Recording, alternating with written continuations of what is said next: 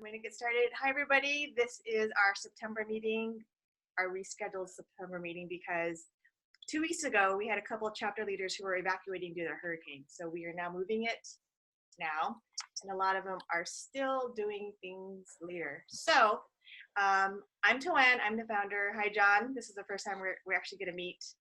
And I'm in San Diego, and I'll pass it on to Millie. I'm picking, and then Millie can pick whoever wants to introduce themselves next. Hi, I'm Millie, and I'm in Guam. Let's do Mercedes. Hi, I'm Mercedes, and I'm in San Diego, Point Loma. Karen, you're next. Hi, I'm Karen. I'm in Yokosuka, Japan. And Carol Lee, which is the organizer of the hackathon, is in Virginia Beach, and Autumn as well. But they are both because, or Carol Lee is going to be coming on late, and Autumn is unavailable for school. So we'll just get started. I had a presentation, a PowerPoint, but I feel like we don't really need it because it's just a small group. The main goal of this is just to give John a run through of his presentation so we know what to expect. And you can write down any questions that you have that he can answer, or we can field it for our members when they join. Right now we have 40 joining remotely, and yeah, we feel good about that. We're gonna maybe do another advertisement to get more participants up, and then we have 22 for in person, so we can hold 50 at that location. So we're gonna try to boost more for Virginia. I think we're gonna ask for Operation Code to see if they could come and help support, and we could see if we could get more people. But John, it is all you, and so I'm going to mute, and you could start your presentation whenever you are ready. All right, sounds very good. Did you want me to go through everything or just a portion of it? Go through. Just do a quick run through. You know what I mean, Okay. like a high level. Sure. And then you don't have to do all of it. You know what I mean, but hit on, like, you don't have to do all AWS. Just kind of do a brief talk about it, and then Sure. just move on to the next subject. And then if someone has a question like, okay, explain AWS again for me. Yep. In a more like basic level, then we could go to that route if it's needed. But if not, we'll just power through it. Sounds good. Then we'll talk about how we can help support questions for you. If it's Sure. easy for you to answer questions through chat, or if you want to have specific rooms where chapter leaders will help with tech questions, it's up to you how, you know what I mean, what's best for you. Yeah, sure. So I've ran this a few times, this particular training. It's usually a little bit easier if people just ask questions, but if you have 66 people all asking questions at once, I'm not sure what to do there. At the same time, it's very easy for me to kind of steamroll everybody by accident, where it's, I go over something, and especially when I'm teaching this in front of people, I can generally see the reaction of the room and just know that, oh, I went too fast on that one. But this one, because I can only see up to 4 faces at a time, I'm not going to be that great at reading the room. So I'm afraid that might be an issue. So I guess we can figure out ways to, get more people asking questions. The 22 people who are doing in person, they're actually going to be presenting. They're going to be on actual teams for the hackathon to win prizes. Okay. 40 participants. I don't know if all of them are going to do the code along, but I would say about 90% will. Okay. And then we could separate rooms, or we could just do one room and have multiple people help. Sure. And be like, hey, John, we have a question, can you go back and talk about whatever the topic is? So sure.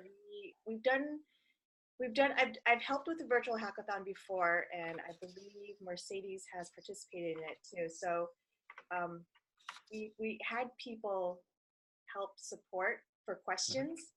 We had the presenter just present, and then we had people who filled questions, just do questions, and then we would bring it back to the presenter saying, hey, here's some questions just in case you missed them. Okay. But your goal is to get through the information and then stop if needed.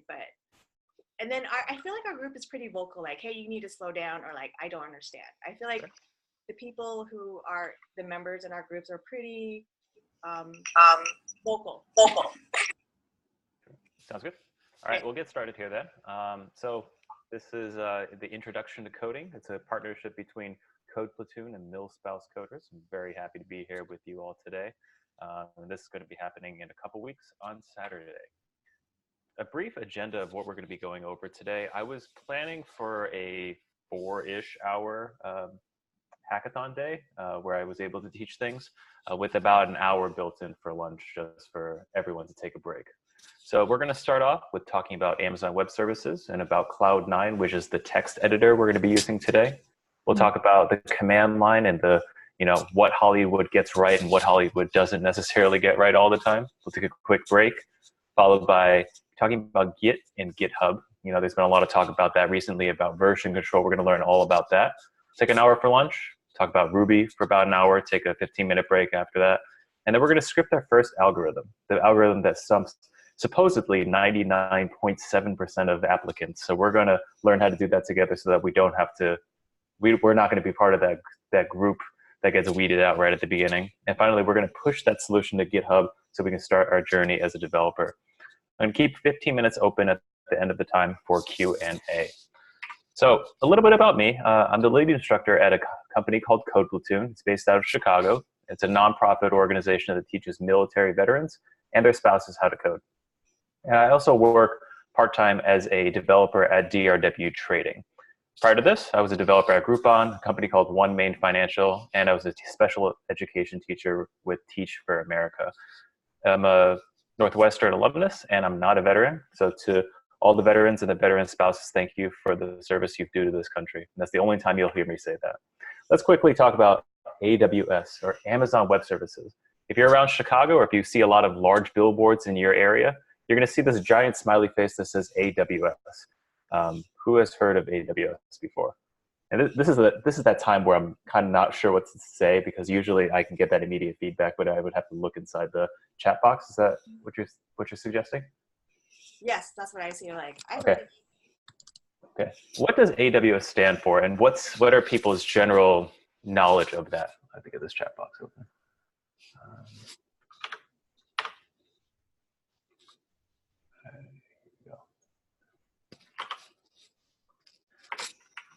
Anybody want to chime in? Anybody want to jump in? I know what it is, but it's Amazon Web Services, which is servers, the cloud servers for different business and how they store their data and for their users, for business. Hey, that's 100% correct. So AWS it just stands for Amazon Web Services. And basically what that means, we're going to talk about what that means, the backstory, and the trends that we're going to see. So AWS, what is it? Everyone's been talking about it recently. Everyone's been moving more over towards the cloud computing side of things. And it's basically cloud computing for individuals, companies, and governments. And I really want to dispel this myth of the cloud. When you push stuff up to the cloud, it's not magically going into the air and somehow over the air going into a database. It really just is someone else's computer. Instead of your company hosting, which means like housing a whole bunch of computers inside of a room, you're paying Amazon to do that. Oh, okay, no problem. He's cute. In 2017, Amazon Web Services did $18 billion worth of business. And what they do is basically they go to other businesses saying, I understand that you house your own machines. You have to pay someone to take care of that for you. If somebody knocks over something, like a ladder in that room, everything is going to go down. And basically what they do is they say, what if everything was on the cloud? What if everything was available to you at your fingertips right away? And that's a little bit about what Amazon Web Services is. But the simplest answer of what AWS is, it's Amazon takes your product that you're building and puts it on their hardware. It'll be up 100% of the time. A little bit of a backstory about AWS. It started all on Black Friday. There was a time when Amazon was not the giant that it is right now. And what they decided to do was they decided to take on Black Friday and have their own Cyber Monday humongous sale. And what they found was that one year when they had this gigantic sale, once a day, the one time a year, what would happen is everything went down. All of Amazon went down and it just crashed completely because there was just such a huge spike in the number of people visiting Amazon. So what they decided to do is they decided to build out very large server farms. And these are very large warehouses the size of numerous football fields in places like Pennsylvania and in the mountains and other data centers across the country. Nobody really knows where they all are for security reasons. And they would basically build a ton of servers, and those servers would basically provide all the power for Cyber Monday, Black Friday, and the entire holiday shopping season. But then Amazon had an issue because for 11 months of the year, they're just kind of sitting dormant. And that's a lot of money to pay, a lot of rent to pay, a lot of people to pay, a lot of electricity to pay just for them to do nothing.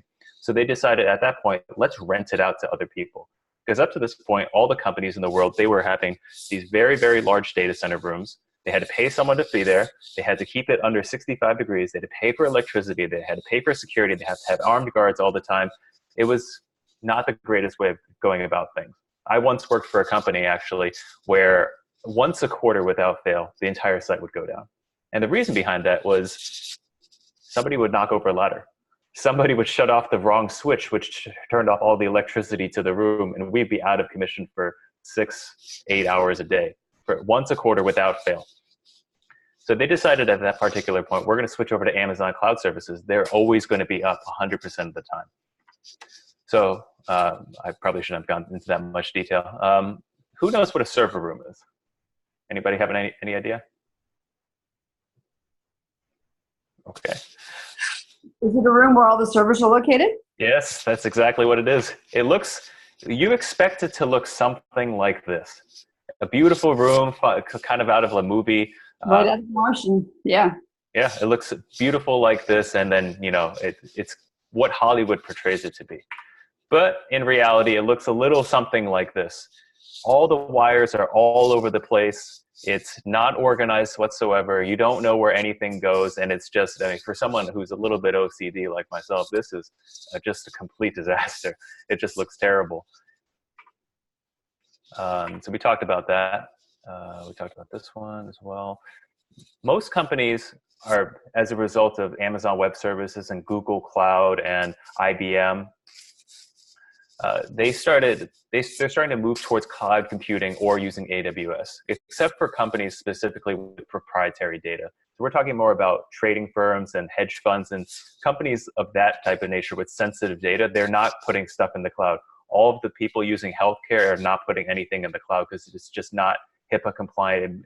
It's not safe enough for them because their entire business is built off of that. But very large companies, including Netflix, GE Oil, Lyft, Coinbase, which is a exchange behind Bitcoin, all these companies are moving towards AWS just because it's cheaper.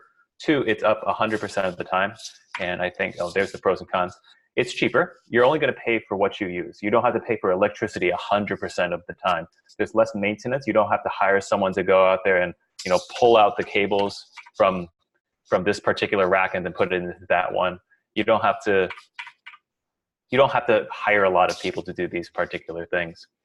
But there's also some cons that go along with it. If Amazon gets hacked or ever goes down, your website also goes down.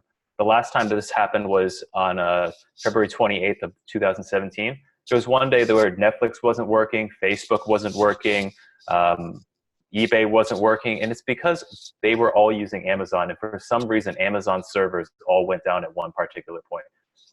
The chances of that happening are quite small, but you don't want to be caught in that situation.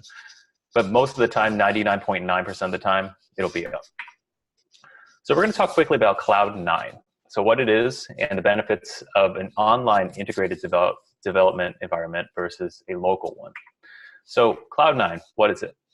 AWS, as part of their service to take over the world and do everything cloud computing related, it's a product to write, run, and debug your code.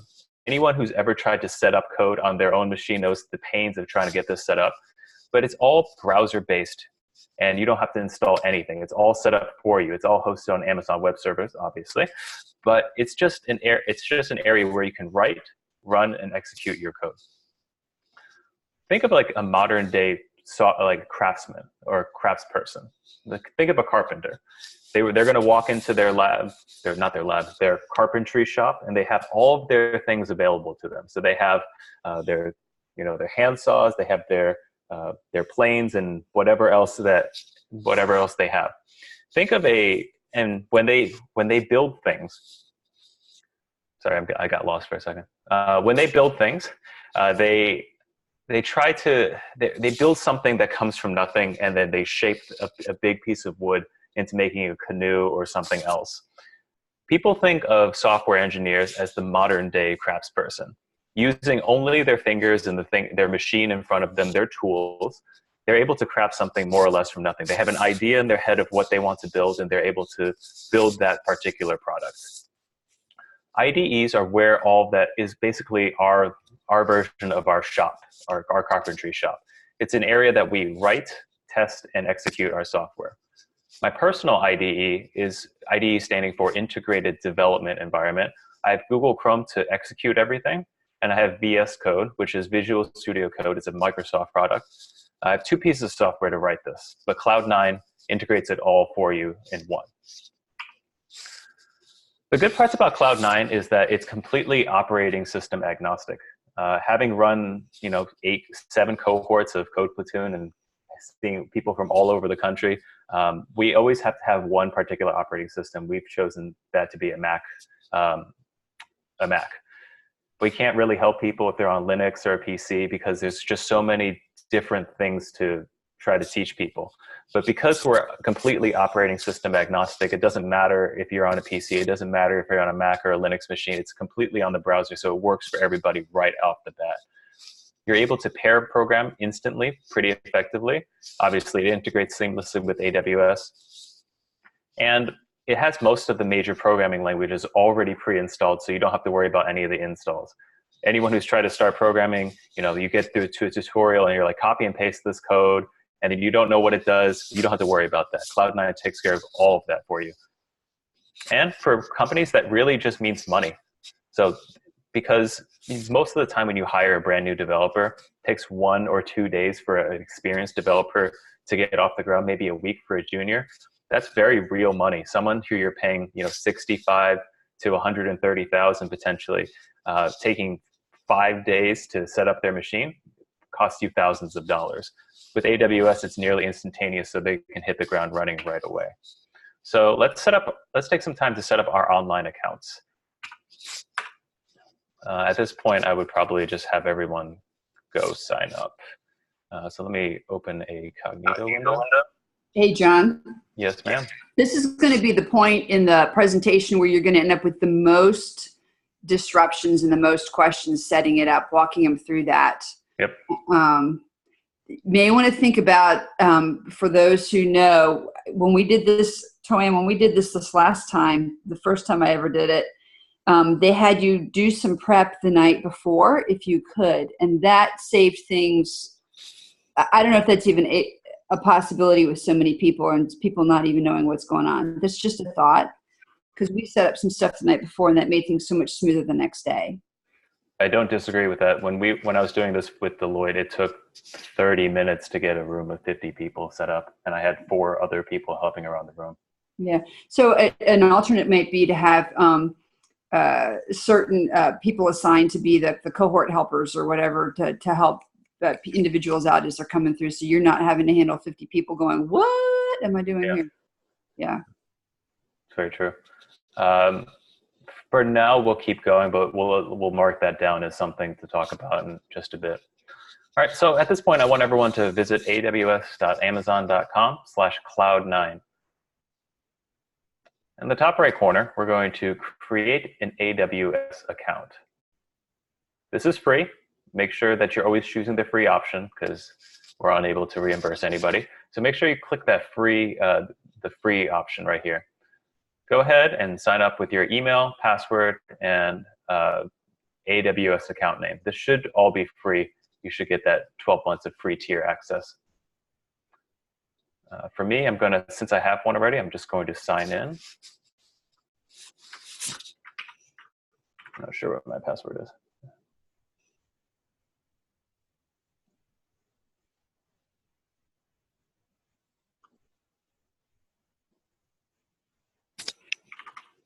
Hey, John, when you get to this point, will you include the link? I mean, we're probably gonna do setup the day before and have everybody, we'll email everybody about setups and then we'll invite them to to chat rooms to help them set up, but Sure. now will you just send the link over real quick in the chat? Sure. Yeah.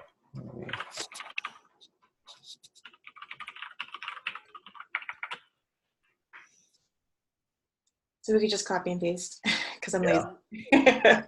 I need to sign out first. I don't know where my sign out thing is. Get started with it.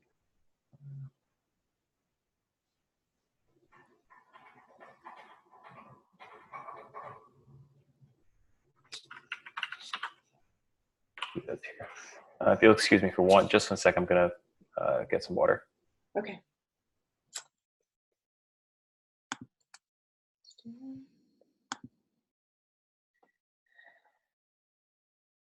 Do any of you guys have a current AWS account?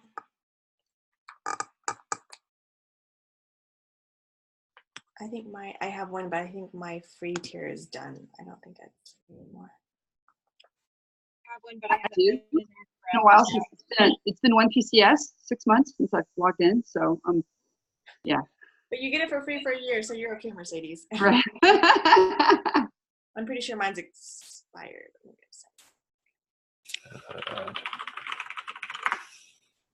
Maybe I'll use a new one.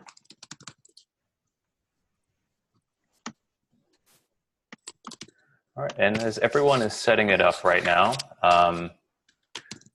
you're actually connecting, what you're doing by signing into Amazon Web Services is that you're actually connecting to a data center, which is, again, the giant the football field's full of server rooms, somewhere probably on the East Coast. So mine's connecting to US East, so I know that their server farms are somewhere in Pennsylvania, if I'm not mistaken. And when we log on here, we have every single possible service that Amazon offers. There's EC2 and light sail and storage, S3 for storage. And these are all the products that they offer to companies. If you scroll all the way down to the bottom, there should be one right there, Cloud9 under developer tools. We're going to click on that right here.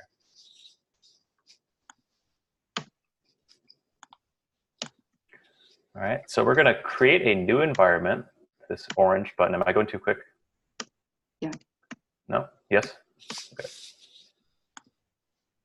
All right, so everyone should have signed up by this particular point and reached this particular screen. If you haven't reached that screen, please reach out to your chapter leader or me.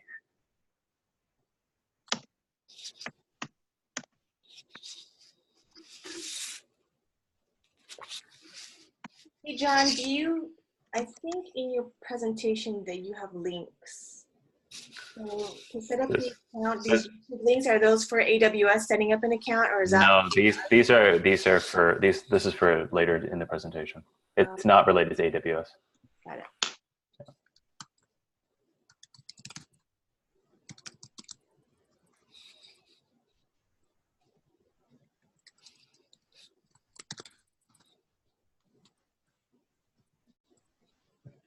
Once we reach this particular screen, again, this is a list of all the services and products that Amazon offers. We're going to click on Cloud9 under Development Tools.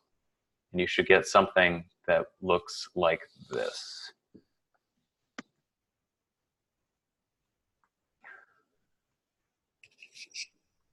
In the top right corner, we're going to click on Create Environment. And we're just going to name this MilSpouse Coders, MS Coders.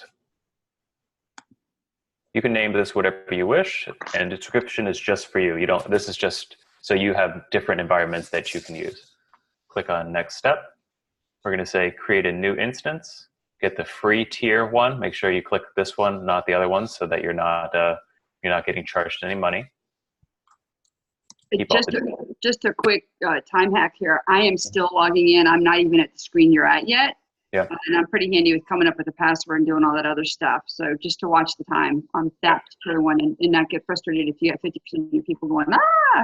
Oh, I'm going faster right now because I didn't, because you said you wanted, somebody said that they wanted like a higher overview of it rather than go step by step. Okay. Yeah, Mercedes, he'd probably stop and be like, okay, everybody, let's take 10, 15 minutes to sign on. So he's just going to go through because he's got to do the whole presentation. This is normally 4 hours. So he's going to try to power through it. So don't worry if you can't sign on. And that's why I'm going to record it so you could go back and set up later. So don't worry if you guys cannot do it right now, okay? You guys can review this recording later. We good with that? Yes? No answer? You're good, John. It's okay. All right, sounds good. All right, so we're going to keep the defaults. We're going to create a new instance for this environment, and we're going to keep the free tier instance type. Once we click on next step and create environment, we're going to be brought to this page, a full IDE, which is it stands for Integrated Development Environment. It includes where you're going to write your code, where you're going to execute your code, and then you're going to see your code being written. All the code that you write, you're going to see actually execute. So this could take a little bit of time, and at this point, I would stop and pause for questions as we are waiting for this.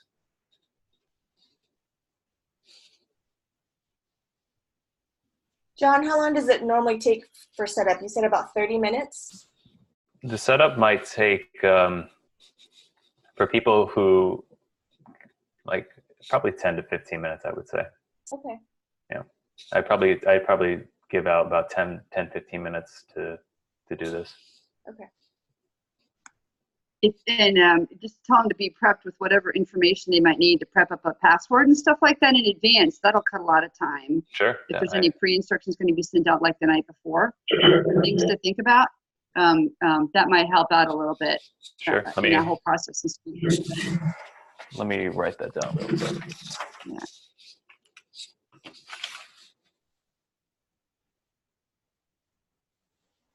And let them know that it's going to ask for a credit debit card number just to verify your identity.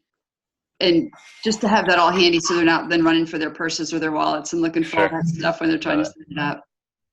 Makes sense. All right. So at the point that everyone's finished, we're going to end up at a page that looks like this. It says MS Coders from MilSpouse Coders. That's the name of the environment we had a little bit earlier with a README. When I double click on this README, all it has is just an area that you write some code and it shows up right over here. We're going to ignore this for right now, but essentially the way that this is going to run is we're going to create some new files, and this is what's called a GUI interface, a graphical user interface. We're going to create some files. We're going to save it just like we would any Word document, and all the file structures are laid out over here. So this portion is what's called a text editor. We'll talk more about that a little bit later. But a text editor is really just an area where you write text. Similar like when you write code when you write your papers for college or write any sort of Word documents, you use Microsoft Word or Google Docs as your text editor. The text editor here is going to be just inside of Cloud9. And then this scary looking black box down here, blue box, is what's called the command line. This is simply another way to interact with your machine. So let's jump back over to these slides right over here. So the command line, there's a lot of myths behind it. Most people consider it the black box. For me, it literally is a black box. So if I click on iTerm and I show it to you, it's literally a black box. And for some people, this might be fairly daunting. They're not really sure what's going on here. But no, you can't really hack the world. You can't delete your entire computer. You can't release nuclear codes by interacting with this black box here. It's simply another way for you to interact with your computer. I want to kind of show a few kind of what I believe are just really ridiculous ways that Hollywood has portrayed this. I don't know if everyone can see this. Oops, probably one of my passwords from something.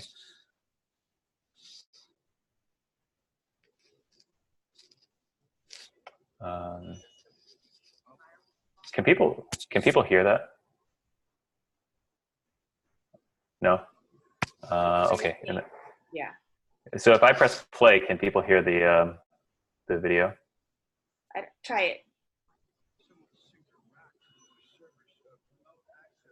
Are you getting any sound? Not really. It's very, Cool. very low. Sounds good. In that case, I'm going to go with a here and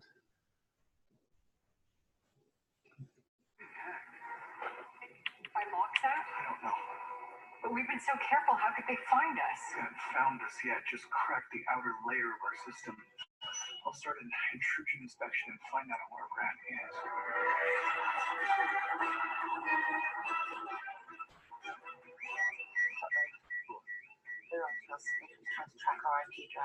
Oh, can you stop it? So that's one particularly bad example of hacking in, wait, what's going on here? Can people still hear me? Yes. Okay. That's one particularly bad example of quote unquote hacking in Hollywood. And you can kind of see, you know, there's these weird visualizations of, you know, some sort of code going on in the background, but that's not at all what happens in real life. I'm going to choose one more. Everyone knows this one, if I'm not mistaken. Of course, the classic from Jurassic Park. You exist. I know this. It's how the files fall apart. It tells you everything. I gotta find the right file. Trying to wake something up.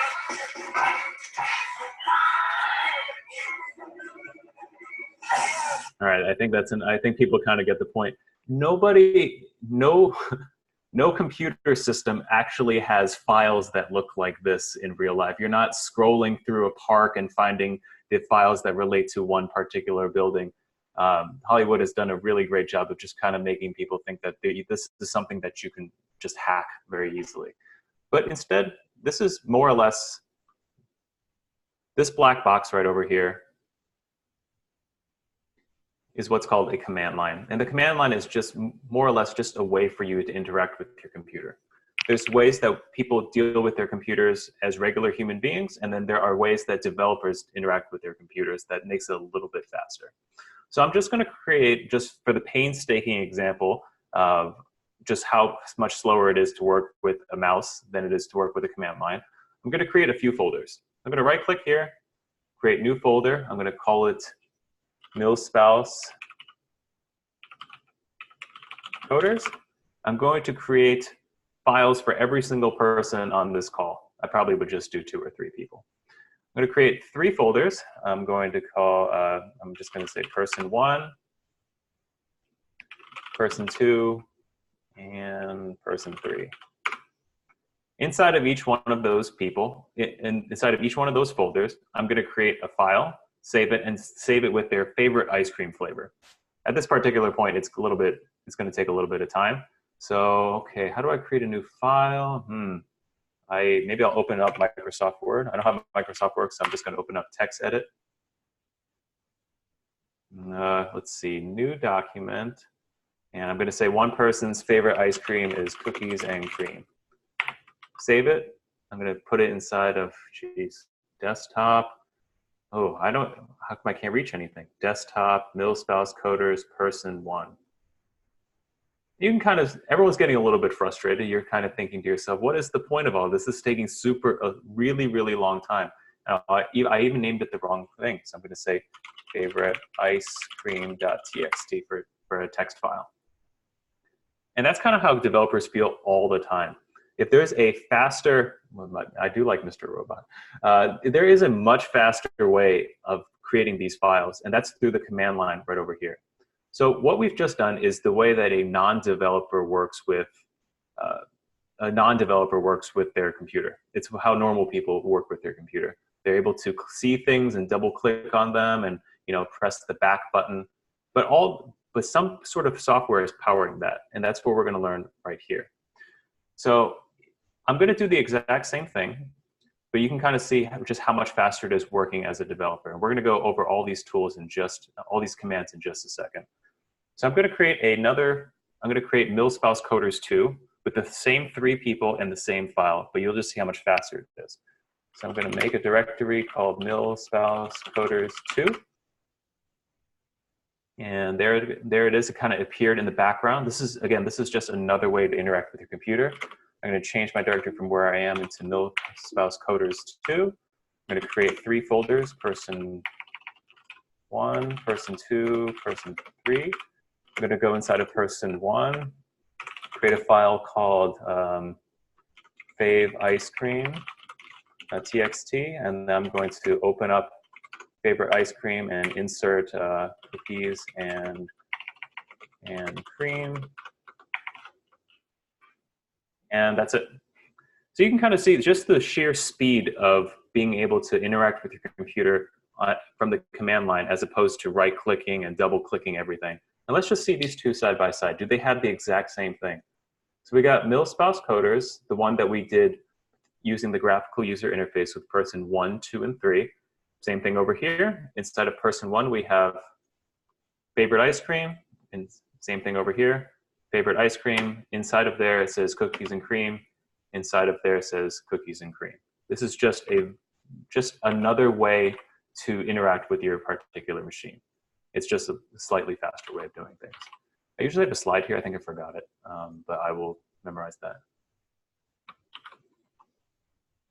Let me write that down real quick. Slides for command line.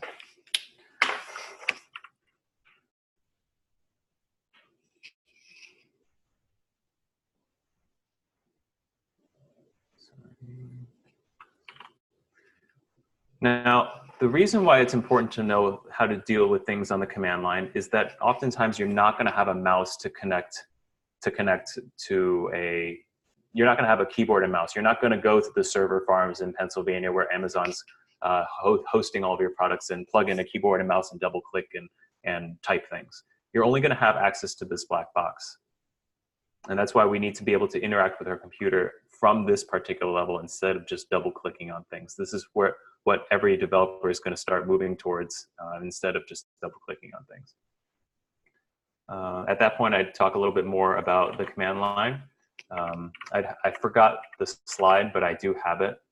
And I just put it inside of here so that people would practice alongside. Like, let's create a folder called, farms, or farms. Every single farm has a stable and like a barn, and some animals go inside of that. So they would practice basically what I just did, which was making a bunch of directories and changing from one area to another.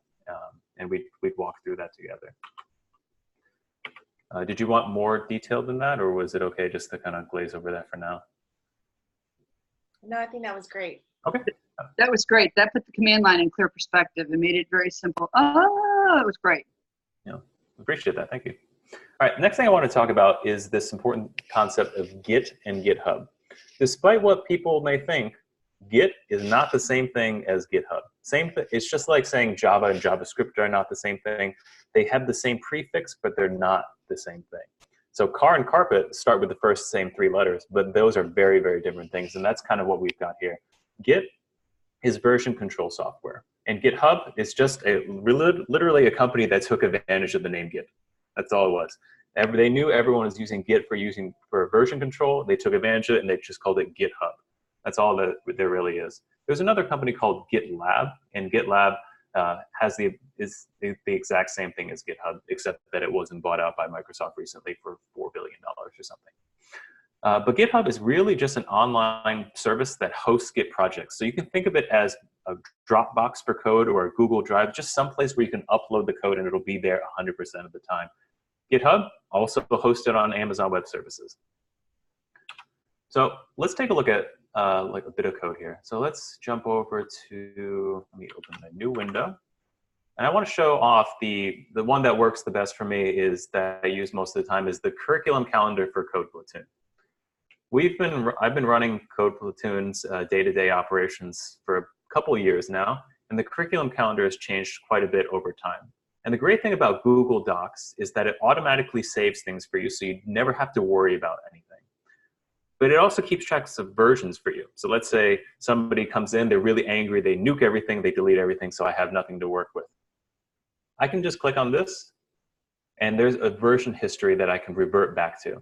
So in the case that they deleted everything on September 20th, but I knew that it was automatically saved on September 18th, I can jump back over here and see all the changes that were made and just hit restore this version. It keeps track of versions for me.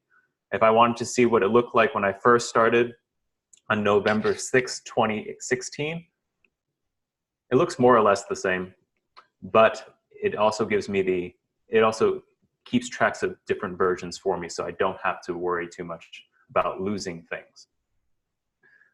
So like we said, Git is just version control software. It keeps track of different versions for you. GitHub is just a place, is an online Dropbox for code. Let's take a look at that. So we got github.com, and it looks a little something like this. The main thought behind this is if you have a skill today, you need to show it off. Employers are looking for people with very, very marketable skills that they're going to use right away. So recently I got married, and I only looked at people's wedding photography. I only hired wedding photographers. I would only look at wedding photographers who had examples of their work. Recently, I also wanted to remodel my kitchen. I got a brain and realized that I was not going to make any of my money back, and it was just all of my, I just wanted nicer things. But when I was looking for a developer to make my kitchen a little bit nicer, I was looking for people with, you know, examples of their work. So would you hire a carpenter who wouldn't show you anything? Would you go to a custom car shop and drop $5,000 to wrap your car if you haven't seen what their other wraps look like? And the same thing goes for developers today. People are looking for you to have some sort of skill and to demonstrate that on GitHub. So on GitHub, every single person who signs up has a profile. And what developers and recruiters are looking for is all this green that you see over here. Now, there's not a ton for me recently because I'm teaching it rather than writing it every single day. But if I jump back to 2015 or so, or 2016, you can kind of see all this green that goes in here. And what this is it's activity that you've done on GitHub. So it just shows I'm writing code, you know, every single day. Of course, for me, it's just Monday through Friday because that was my day job. I'm writing code every single day. I'm pushing it into master, which we'll talk about in just a moment. And I'm able to just demonstrate that I am able to write code. And they can see over the past, you know, five years or so, all the code that I've written, when I've written it, and which particular place I've written it to. So this is an example of a decent GitHub page. I'm not anybody special, but I'm just a regular developer who works 9 to 5. A bad GitHub page is, I don't know. I'm going to make fun of my boss, Rod Levy. The Rod is my boss, but Rod has one commit in the past year. And you can see his stuff goes back to 2012. But you can kind of see very, very sporadic commits, nothing really being written in the past few years. And this year he's written a bit of code on October 23rd of 2017. This is a clear example of someone who has a GitHub but doesn't use it. They're more likely going to glaze over this particular person because he doesn't have much activity than they would someone who has a lot of activity every single day. There are some developers where the entire thing is green. They're coding every single day, and generally speaking, you want to be hiring those types of people. We're going to create a GitHub account for ourselves right now. We're going to spend about 15 minutes creating our own GitHub pages. Remember to get as much as possible, get a nice clear headshot of you, write a little description about yourself, and make sure to always keep your username fairly professional. And at this point, they would sign up.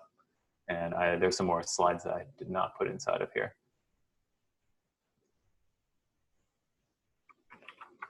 Let me load up one thing real quick.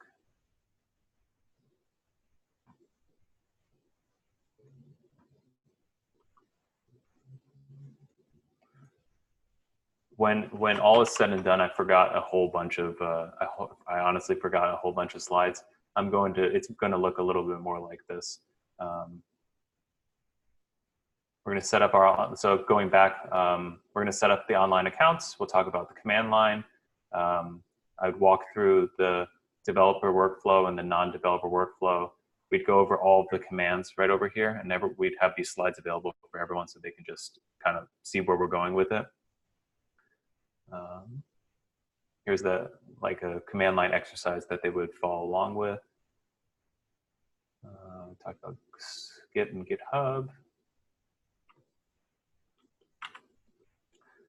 Next, there are a lot of different commands that Git gives you automatically. And you're gonna know that they are Git commands because they are prepended with Git and they have a little $sign. So we have Git init. You have every single file, every single folder that you have, like MilSpouse coders here, has the ability to be a Git folder, meaning it has the ability to be tracked. If I wanted to go over if I wanted to be able to track MilSpouse coders, all I would have to do is, sorry.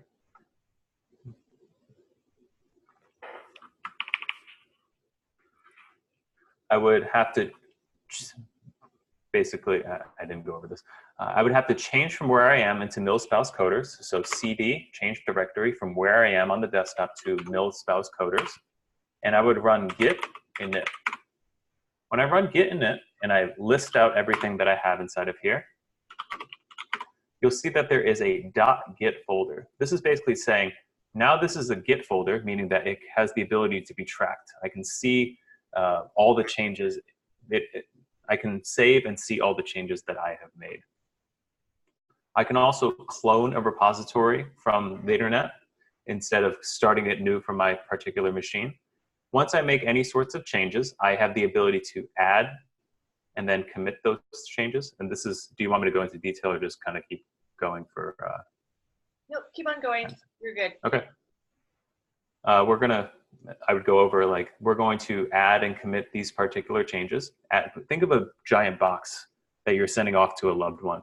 So you have this giant box and you can add and remove things as much as you want. Maybe they like Oreos, maybe they like Doritos. Wait, you bought the wrong Doritos, so you can take that one out. You can put the Cooler Ranch one in there. And you can add and remove things as much as you want to. But the moment you want to seal up the box and put your stamp of approval, and send it off to somebody, you need to put a git commit onto it. When I do git commit, I'm basically sealing the box, stamping it with where it's going to go, and then at that particular point, I'd push it off to GitHub or Bitbucket or GitLab, just a service that allows me to push things onto the web from my particular machine. We talk about all of these things here. We'd clone down a repo called, CodePlatoon / this would be called MilSpouse coders. I'll change all of this. We're going to check out a branch. We'll talk about, we'd create a folder with your first name, 3 files, ice cream, occupation, branch of service, and then we add, commit, and push. So it's just a little bit more hands-on at this particular point. After that, I think it would be around time for lunch. We take a break for lunch, and then we come back, we talk about Ruby. There are many different programming languages out these days. The most popular ones I would say are JavaScript for sure and Python. But in the background, there's also there's a very reputable and pretty popular programming language called Ruby. And the reason we're choosing Ruby here today is it's a really simple language to learn. There's not a lot of vars and semicolons and curly braces that you need to memorize. It's a really simplistic and productive and elegant programming language. Another thing we should realize is that Ruby and Ruby on Rails are not the same things. You'll see this little bang. This bang or exclamation mark means the opposite of. So Ruby does not equal Ruby on Rails. Rails is a framework written in the Ruby language. And a framework is literally just thousands of lines of code. Someone else wrote it ahead of time to make your life developing stuff a lot easier. Rails is just a framework written in the Ruby language. It's written by this guy, Yukihiro Matsumoto. He works at a company called, I think it's called Heroku. I think he's still working there. But Heroku is another service built on Amazon Web Services so that when you write your app and you want to deploy it to the web, they make that really easy for you. I find that kind of humorous that the person who wrote the language that most people's companies are now written in lives down the hall, and you can just ask him any question about the language. It's pretty cool. Every single programming language has mathematical operators, and they're more or less the same thing. If you can do 6th grade math, you can probably program. Anyone who says you need multivariable calculus or linear algebra, you probably don't need that for 99% of the things you're going to do. So you can honestly use your computer as a giant like calculator if you'd like to. It has plus, minus, times, divide. Those are things that most people should already know. So if I just type in IRB at my command line here, and you can do this in Cloud9, and I just do 1 plus 2, it'll give me 3. And this is pure Ruby code here, and you can just kind of use it as a calculator. The two things that stand out a little bit are exponents. We don't have the little 2. So if I wanted to do 3 to the power of 2, it'd be 3 star star. 3 star star 2, 3 to the power of 2, or 9. When we have, and the other one that people who aren't familiar with coding see is this modulus, or this percentage sign here, and it returns the remainder. You'd be surprised of how many times you would actually need to know the remainder of something. So that's why they created its own mathematical operator called a modulo.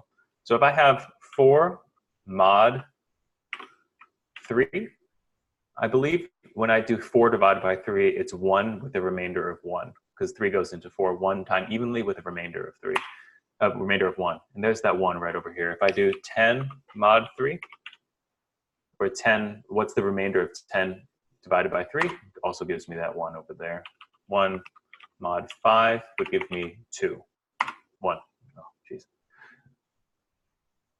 Next, we're going to talk quickly about variables. Variables basically store values. This is just algebra 1, 7th grade, algebra 1. Basically what happens is you set a variable, you keep it snake cased, which means it's all lowercase like a snake, all real close to the ground, and every single new word has an underscore inside of it, and you set that equal to a value. It's case sensitive, meaning capitalization really counts. So if I wanted to create a first name variable, it'd be first underscore name, because remember, we're a snake, we're really long, and every single new word has that underscore inside of there. So first name equals John. At this point, the first variable is equal to John, so if I wanted to do first name plus a string of Young, it would just say, it would find first name, the value we set earlier, to John, and we substitute it in here, so just John Young. Speaking of this single quote and the double quotes, what's a string? It's a data type in every single programming language, and it's just anything, literally anything, surrounded by single or double quotes as long as they're consistent. So this is a string because it's the word hello inside of single quotations. This is also a string. It's just some letters put inside of double quotations. 1, 2, 3 is not a string, that's just a number, but if I put it inside of quotes, it becomes a string. It's literally anything inside of your quotes. Sometimes if I wanted to build up a string via interpolate, should I go into more detail of this, or just kind of? Nope, you're good. Just keep on going. Great, sounds good. Go over interpolation at this particular point. So I'd be like, if we declared a first name here, it'd just be first name Young. And that would print out my name because this is the value of first name. So I'm interpolating it there. I'm just basically shoving it in right where the hashtag and the curly braces are. Talk quickly about numbers. Numbers are either going to be integers or floats. Integers are whole numbers. Floats are decimals. Booleans, true or false. Those are not variables. They literally just mean true or false. Talk quickly about comments. Anything that you see with a pound sign inside of Ruby is a comment, which is stuff just for other developers to read. And basically your interpreter is going to just ignore all of that code.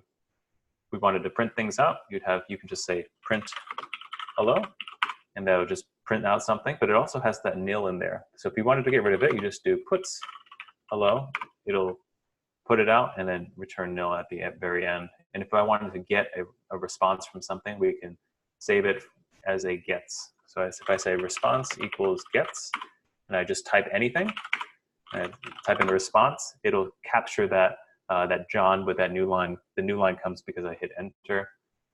We code along real quick, a few examples of like create your first name and last name variable, create your branch of service variable, your favorite ice cream, and then create a string that says like my name is John Young and my favorite ice cream is cookies and cream. I served in the X branch.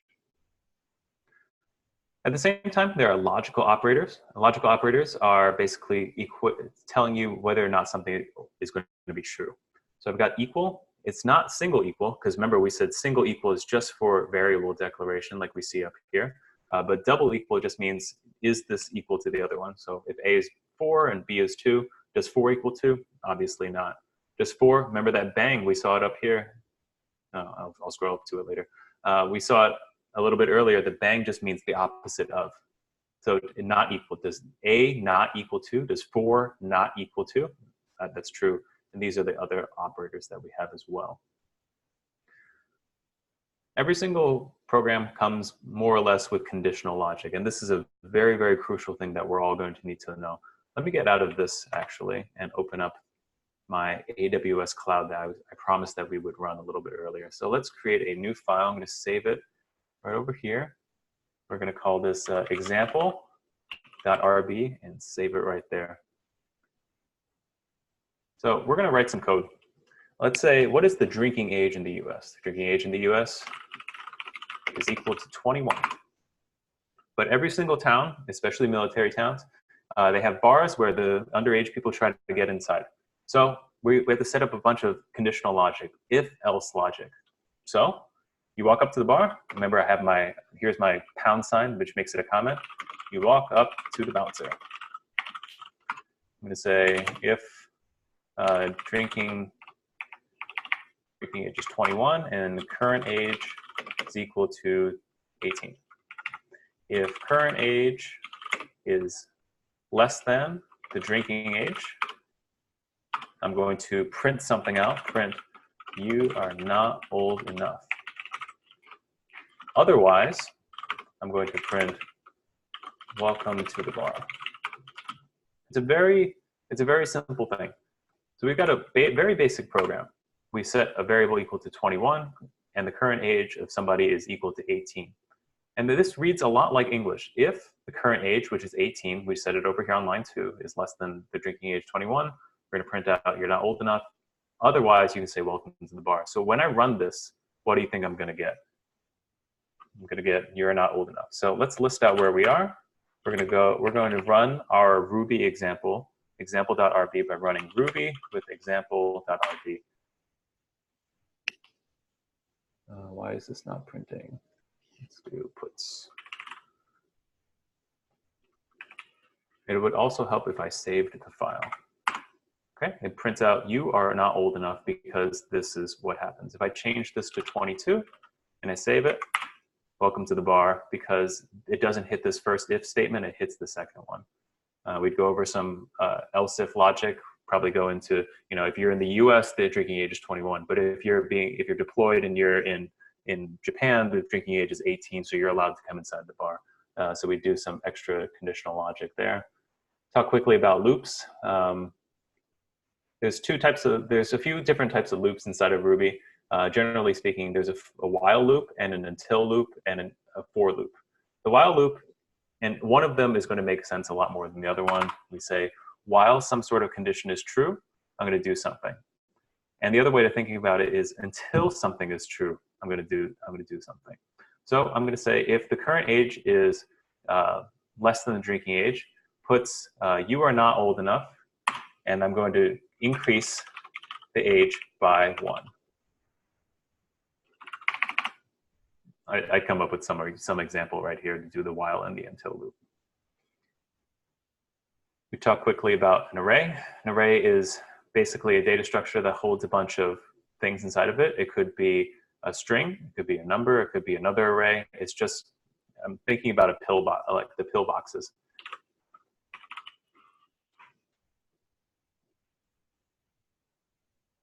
You have a pill box, you put a bunch of pills inside of there, you know that the things that you put in this particular order are always going to be in that particular order. We talk more about arrays at this particular point. We talk about hashes and key value pairs. It's another way of storing data that you would want, but instead of storing it in a specific order like this, it's a bunch of key value pairs. It's unordered, but one thing always points to another. So for instance, if you wanted, the time that you might use an array is if you needed to keep track of the students in your classroom and you wanted to start in alphabetical order. That would keep its shape, and keep its order every single time. It'd be consistent. Whereas a key value pair with hashes would be something like if I wanted to look up a car in the DMV's database by VIN number.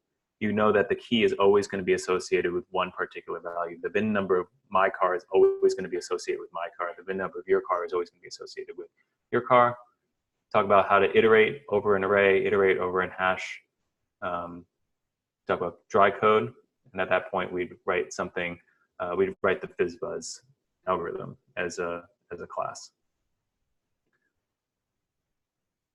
And then review it, push to GitHub. We talk about next steps of like how to learn coding on your own. We can talk about Code Platoon and MilSpouse coders, and then we'd have a Q&A at the end.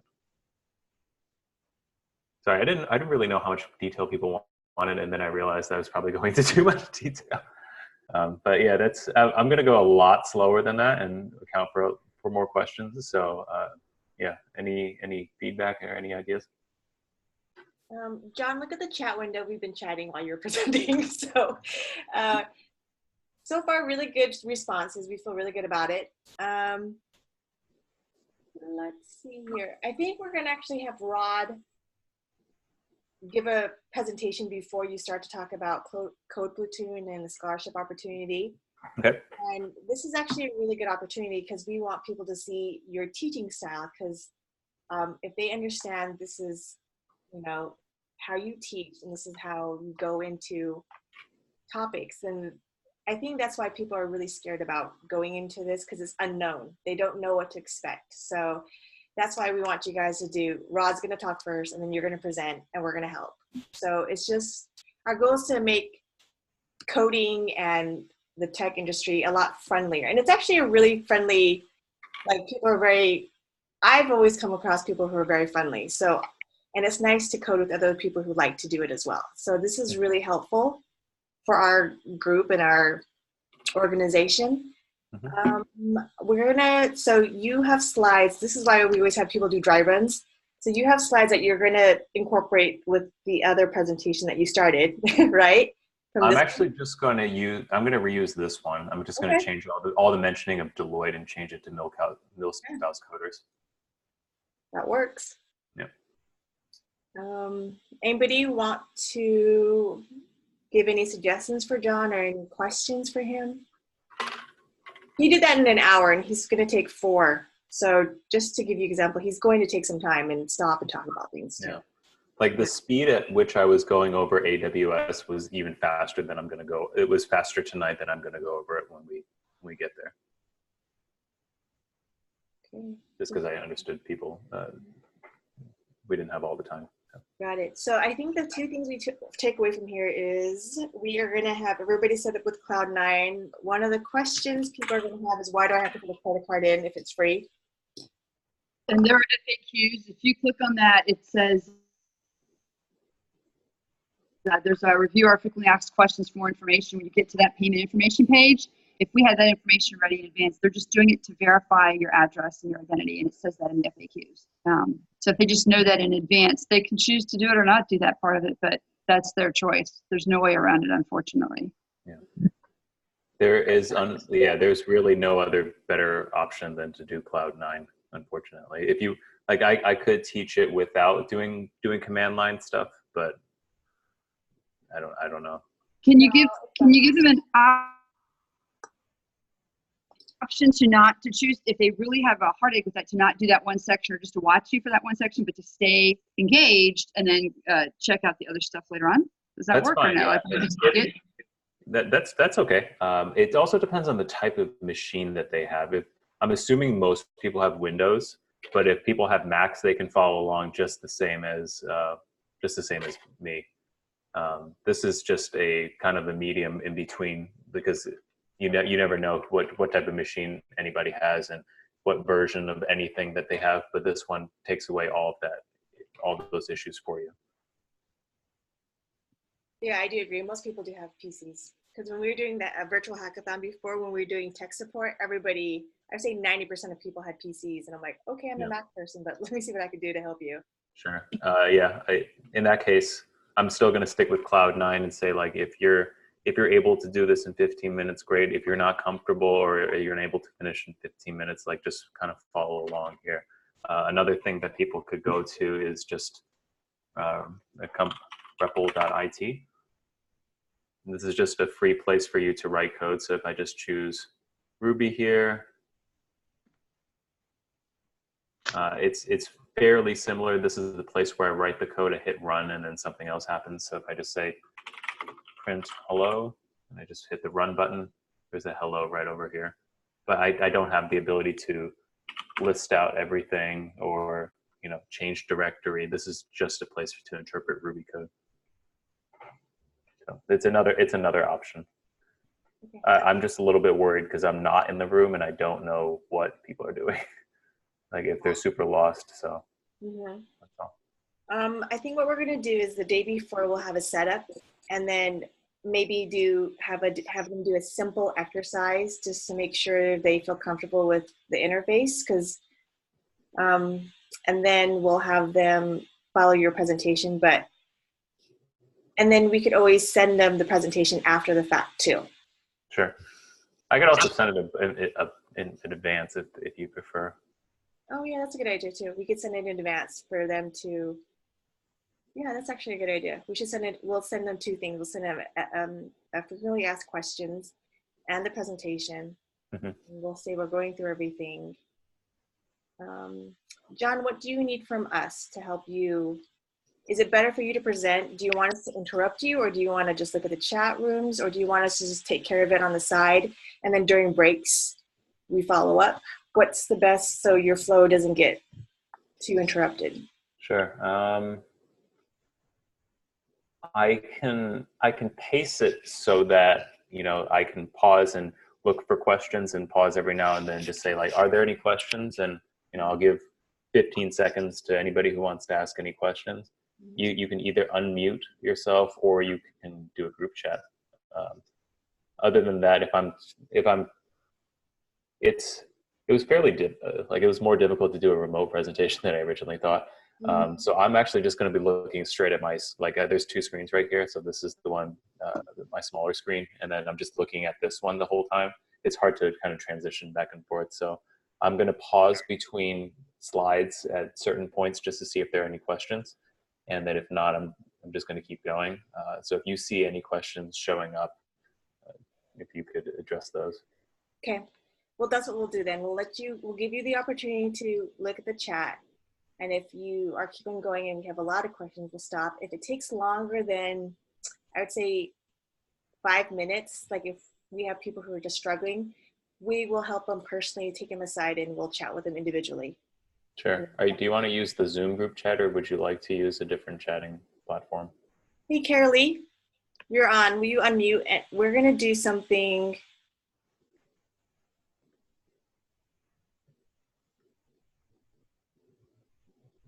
We were going to do the Zoom group room chat or something, right, Carolee? Yeah, we have the webinar. We're going to do the webinar to actually broadcast what's going on, let people get involved that way. I want to do a dry run with that to see what it's like and what the limitations might be so we can supplement if we need to.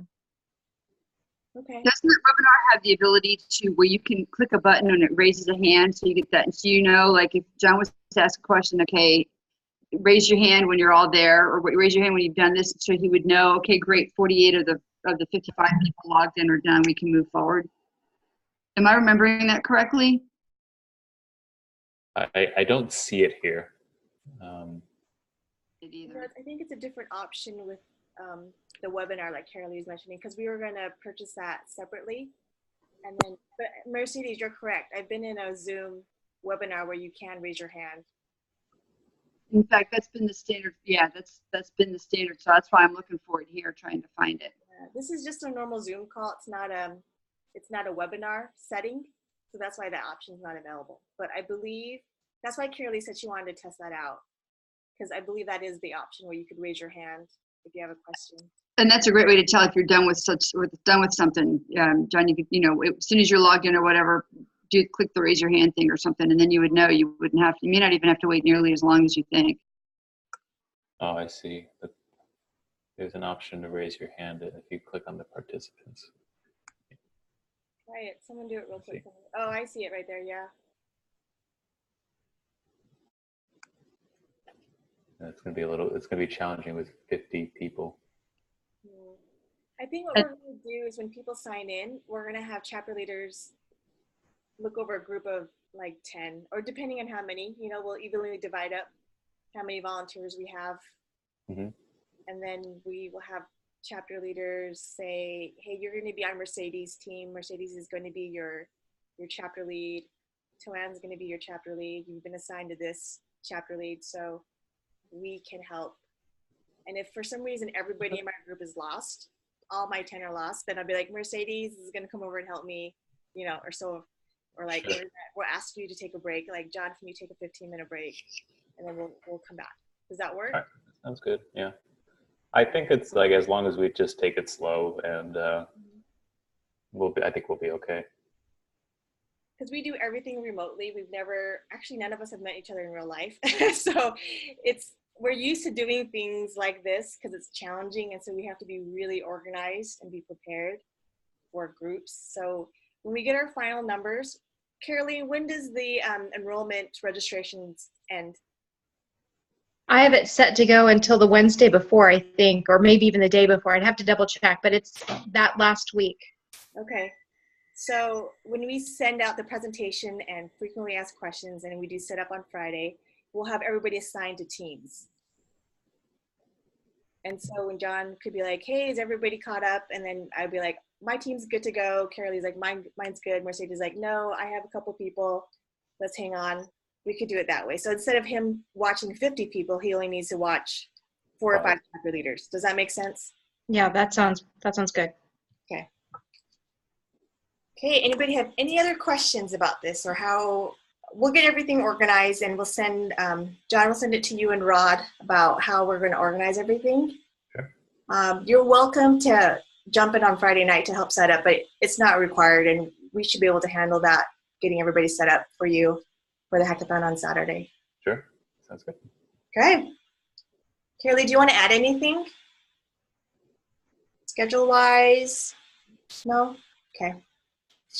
I have a lot of background noise going on right now, so. Yeah, so I'm feeling pretty good. I feel I'm glad you got to do a dry run, John, because remote presenting is challenging. So I'm glad you got a chance to go through this with us, and it looks great. I'm really excited for this. And I think we're done unless anybody wants to add anything. Great job, John. Thank you. I appreciate it. Thank you. All right. In that case, I'll fix up some of these slides. I'll send it to you sometime tomorrow. Okay. And then if we can make sure everyone is got Cloud9 set up the day before, or inevitably there will be someone who has not set it up, but as much as possible, we want to cut down that number. Correct.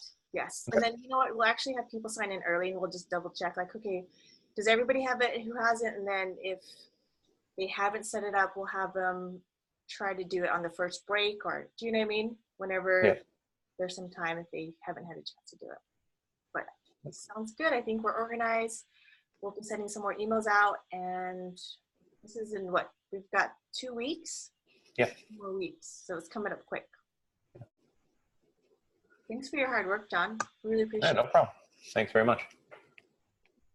Okay, guys, I'm going to end the meeting. Do you guys, no one has anything else? No? No? Okay, guys, you guys have a great night. I'm going to send the recording. John, I'll send you the recording as well of the meeting, Okay. just in case you want to go back and look at anything. Sure. And then let's get this done. I'm excited. Okay, guys, have a good night. Good night. Bye.